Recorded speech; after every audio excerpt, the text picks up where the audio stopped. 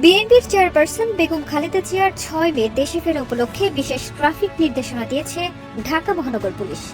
৫ মে DMP commissioner Sheikh Mohammad Sajjad Ali সই করা এক গণবিজ্ঞপ্তিতে এই নির্দেশনা দেওয়া হয়। গণবিজ্ঞপ্তিতে বলা হয়, ৬ মে সকাল 10:30টার দিকে খালেদা জিয়া ঢাকা বিমানবন্দর থেকে নিজ বাসভবন গুলশানে যাবেন। তাকে অভ্যর্থনা জানানোই অতিরিক্ত জনসমাগম হওয়ার সম্ভাবনা থাকায় সুষ্ঠু ট্রাফিক ও নিরাপত্তা ব্যবস্থাপনায় কিছু নিয়ম পালনের জন্য সবাইকে অনুরোধ করা হয়েছে। ১. ৬ মে সকাল থেকে দুপুর পর্যন্ত জনসাধারণকে গুলশান বনানী থেকে এয়ারপোর্ট পর্যন্ত রাস্তায় অবস্থান না করে ফুটপাতে অবস্থান করার জন্য অনুরোধ করা হয়েছে।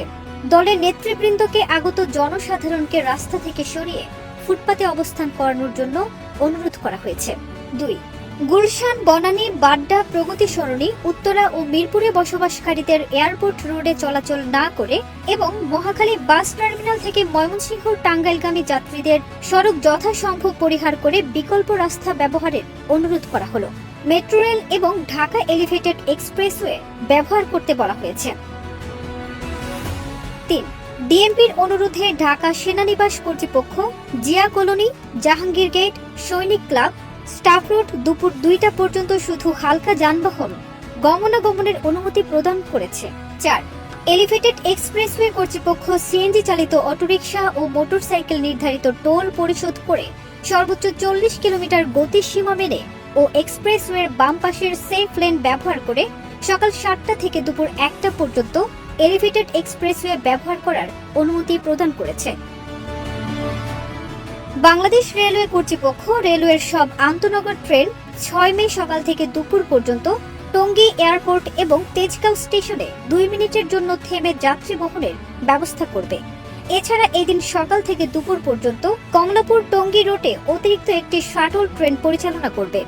ঢাকা জয়দেবপুর গমনাগমনকারী ট্রেন ব্যবহার করার জন্য অনুরোধ করা হয়েছে।